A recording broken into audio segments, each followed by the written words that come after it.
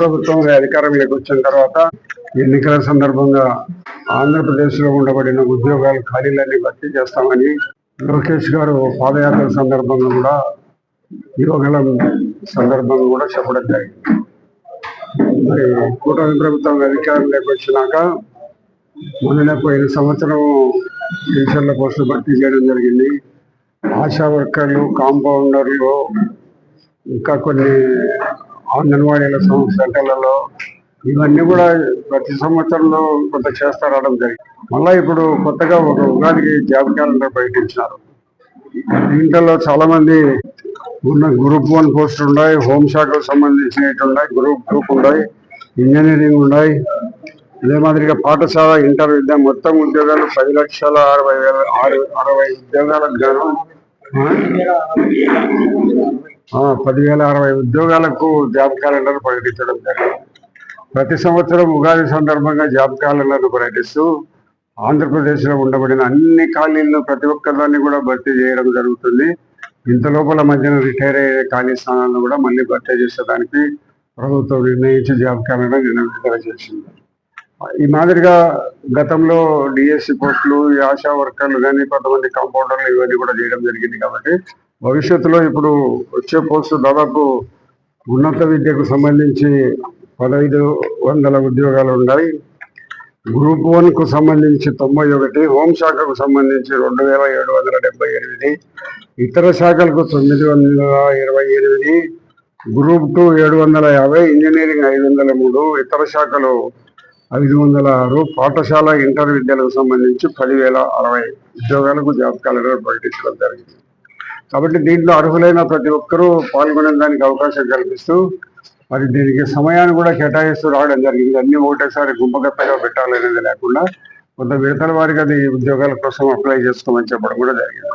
కాబట్టి కూటమి ప్రభుత్వం వచ్చిన తర్వాత ఎన్నడూ లేని విధంగా ఆంధ్రప్రదేశ్లో ఉద్యోగాల నియామకాలు చేపట్టడం జరిగింది. కాబట్టి గతంలో కంటే గత ప్రభుత్వం, జగన్మోహన్ రెడ్డి గారి ప్రభుత్వంలో ఎక్కడ ఉద్యోగుల్లో మన ఈ సచివాలయ ఉద్యోగస్తులు తప్పక ఒక్క పోలీస్ రిక్రూట్మెంట్ కానీ, ఒక టీచర్ల పోస్టింగ్లు కానీ, ఏ లెక్చరర్లు కానీ ఎక్కడ కూడా ఆయన జాబ్ క్యాలెండర్ ప్రకటించి ఉద్యోగాలు భర్తీ చేసిన సందర్భం లేదు.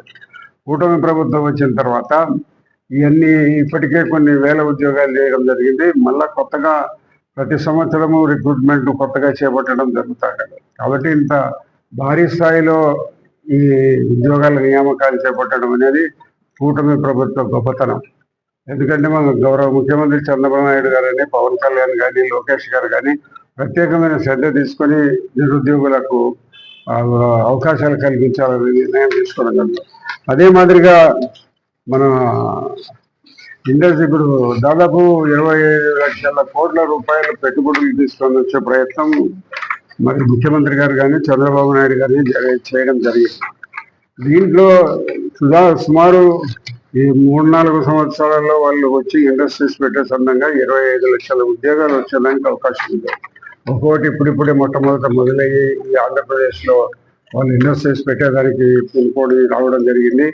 ఇప్పటికీ ఒక 3-4 మంది ముగ్గురు స్థలాల సేకరణ కూడా వాళ్ళకి ఇవ్వడం జరిగింది. త్వరలోనే వాళ్ళు కూడా మొదలుపెట్టి ఒక సంవత్సరం 2 కాలంలో వాళ్ళ ఇండస్ట్రీస్ పూర్తి చేస్తే సుమారు ఈ 2029 కంటే 25 లక్షల ఉద్యోగాలు ఇచ్చేదానికోసం ప్రణాళికబద్ధంగా ప్రభుత్వం ముందుకు పోతా ఉంది. వాళ్ళతో కూడా మాట్లాడడం జరుగుతుంది. నిరంతరాయంగా ఇండస్ట్రీస్ పెట్టే వారికి ఒక వారం రోజుల లోపలే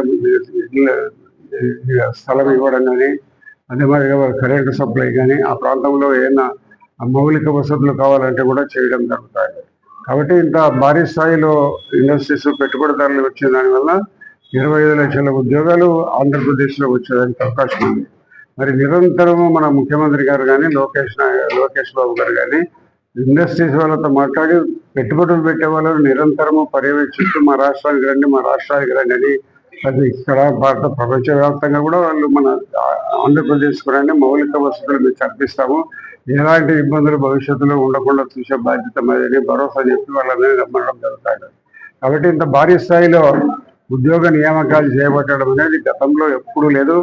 ఈ ఈ ఈ కూటమి ప్రభుత్వం ఇంత భారీ స్థాయి ఉద్యోగాలు నియామకాలు చేపట్టడం జరుగుతాయి. కాబట్టి గతంలో ప్రభుత్వం మాదిరిగా ఏదో ప్రకటించి పరీక్షలు జరపకుండా లేదా వాళ్ళ కొంత ఇప్పుడు గ్రూప్ 1 సర్వీస్ వాళ్ళకు కొంత అక్రమాలు జరిగినాయని ఉద్యోగాలు ఇచ్చి మళ్ళీ వెనక్కి పంపించడం కూడా జరిగింది.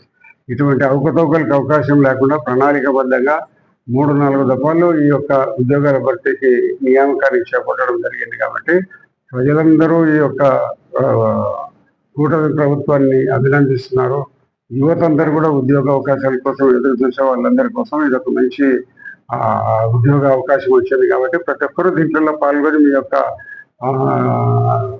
ఎడ్యుకేషన్, మీ యొక్క సమర్థతను ప్రూవ్ చేసుకునే పరిస్థితుల్లో మీరు ఈ పార్టిసిపేట్ చేసి ఉద్యోగాల్లో మీరు తప్పనిసరిగా ఉద్యోగాలు సంపాదించాలని కోరుకుంటున్నా. మా ప్రభుత్వ అభిప్రాయం కూడా ఇదే. గౌరవ ముఖ్యమంత్రి గారు ప్రణాళికబద్ధంగా ఇది ఒక కార్యక్రమాన్ని తీసుకొని ముందుకు పోతున్న దానికి మన కుటుంబ ప్రభుత్వాన్ని అభినందిస్తున్నాం.